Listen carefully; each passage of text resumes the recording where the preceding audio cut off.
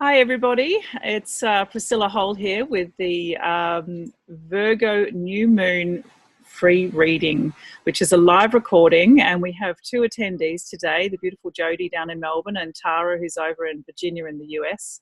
I think it's Virginia, but she's actually muted herself, which is wise, and she can correct me later. So if anybody else joins us, then that will be, we'll just work with it. So wanted to say thank you to I'm in Indiana. You're in, right, okay, she's in Indiana. Excellent. Okay, so being Virgo new moon, well, this is an interesting time. I feel personally for myself that it's supposed to be a time of being really organized and structured, and at least, have some focus. And there are some things that have just been really challenging because life just has thrown quite a few curveballs in my direction. And I know that they've also been thrown at other people's as well. I've had a couple of few people close to me who passed away, and then people I know who had people pass away. So it's been this amazing, extraordinary sort of 6 degrees of separation. Someone's we're just knowing that someone's gone. I think in 1 week I had 5 people that I knew of who left basically and exited the planet in the way that we all know of living here. So Virgo is an interesting time, and I read a fabulous little post on someone else's Facebook page today saying the Virgo new moon favours clearing, refining, purging, detoxing, and of course organising, which we really love. Not that's so easy. And of course, apparently Virgo is the guru of creating order out of chaos, which I really love. But it's really challenging because I keep feeling like I'm getting lots of chaos. So I don't know about anybody else, but we'll find out soon enough. So, okie dokie. So I'm going to just give the deck a little shuffle, and we'll just see what this beautiful Osho Zen Tarot deck has to share with us today. And here we are. Haha, interesting. Alrighty, past lives. So this card is an interesting one. It's whenever I read about it in the book itself, the book actually talks about how the two hands kind of are the holding the womb of the world, and people pass through the little opening, which essentially is the cervix of the birth canal of coming into the planet. And this beautiful image shows lots of faces in many lives. So in some cases you might see that there's some faces at the top of the card, and there's some faces down at the bottom, and the whole idea is that somewhere in there, the top part of the card is your past, and then your present is at the bottom of the card. And what I'm actually seeing with this particular card, and what I know about it, is that when we are living the life that we live and we're going through lots and lots of changes, we're actually leaving parts of ourselves behind. So I'm going to put this down as a past lives of previous lives we've held in this incarnation, not in a literal context of a last life prior to this birth. Because as we are going through our life, we're actually changing and we're always evolving. So we are leaving parts of ourselves behind that don't necessarily serve us. But every once in a while, we get triggered by something from the past that brings forth that old aspect of ourselves. And it's recognizing that that's actually a past life as well. It's a life we used to live. We're consciously choosing to move into a new one. But sometimes, somewhere, somehow, something happens. We speak with someone, a circumstance occurs, we have an experience, someone behaves a certain way, and it brings back all the old patterns, all the old story, all the old stuff that just you thought that you'd moved on from, and somewhere in there maybe you haven't. And now is a good time probably to have a look at that and see what you have been triggered by and what those old stories are, and what you may or may not have seen before, and what you can do about it, and how you can address it in the future, and what you can bring forward as well. What are your learnings in all this period of time that you don't necessarily have? You've learned so much, but somewhere in there's an old story that's just still hovering, that hasn't been addressed yet.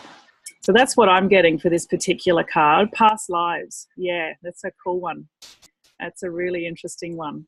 So has anybody else got any questions or anything that they'd like to share with this particular card and what it brings forward? Just put your hand up and then unmute yourself. No? No one speaking? Nothing to share? Jodie, go for it, babe. Oh, that's crazy that one's come up. That cough that I've had that you are aware of, I had a session with Mari the other day and she saw it as a past life thing, as in a previous incarnations kind of past life. Mm-hmm. But it's interesting that during the weekend workshop that I've just done, it came to me that there was someone from my past that I hadn't included in the process of healing the family, the big family trauma that I had come up for me from 32 years ago, a month ago. So there is someone from my past that I've got to find the way to clear and resolve that connection and that I don't know, the pain, I suppose, that was connected with that 32-year-old issue. So, yeah, it's definitely about stuff from my past. But also past lives, as in clearing, the cough. But I don't know, maybe they're connected anyway. I still, they probably still are, because it was to do with being shut down and, verbally shut down, having no voice, that kind of thing. So I'm sure that they're connected somehow. It's just a case of me finding the way to connect them maybe, and have that healing and that resolution.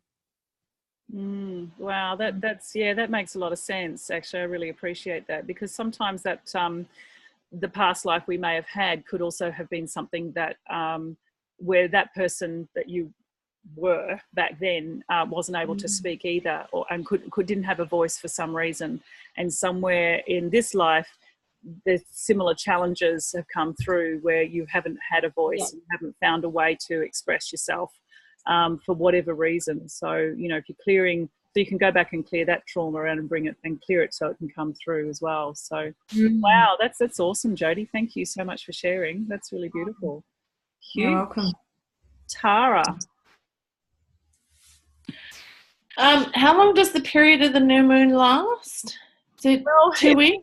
It's technically 2 weeks. You go from the peak of the new moon today, and then the top 2 to 2.5 weeks, there'll be it'll be phasing out of the new moon and going into the full moon. So, but the potency is really going to be in the first 3 to 5 days. And then then the potency, especially if you wanted to create something, or if you really want to work on letting something go, that's they say that to do it as soon as close to the new moon as possible. Yeah. So. The only reason I ask is in 10 days' time, I am having a 3-hour session with my numerology teacher and his partner. And they use the numbers to do, in conjunction with the Akashics, to do a past life regression to sort of highlight to you, okay, you're working through some karma. This is the karma you're working through. It's actually a modality I've not heard of anyone else doing, combining those two things. And that's in 10 days' time. Well, so, it feels quite literal card, if I were to interpret it for myself. Yeah, it sounds to me like you've got this particular timing has actually kind of, I think it's kind of fortuitous that this new moon phase, so you're still within the range, I would say, definitely. And it's, this is the time, it's the clearing, the refining, the purging, the letting go of, and yeah. So this is, interesting how this cards, I love how these cards work. Yeah. Really love them. And they're so beautiful, those. Look, here's my new baby cat. All right. So, Tara, what I was getting when you were talking about that numerology reading that you're having, the past life thing in 10 days, I don't see that the fact that it's 10 days away from today's new moon is really an issue. I think you're already in that space. You know that it's coming up. This card today for you is just confirmation that that's going to be something really important and really powerful for you in that reading, whatever it holds. That this is just this lead up, and it's just confirmation. It's I actually would really like to know what comes out of that. That would be brilliant. Report back, please. I'll be delighted. And I will with mine too, because I'm going to book that past live reading now.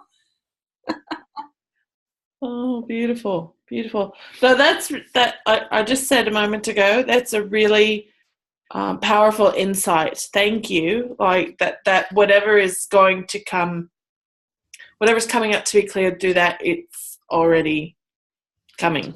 Sorry. It's done. It's done. Yeah.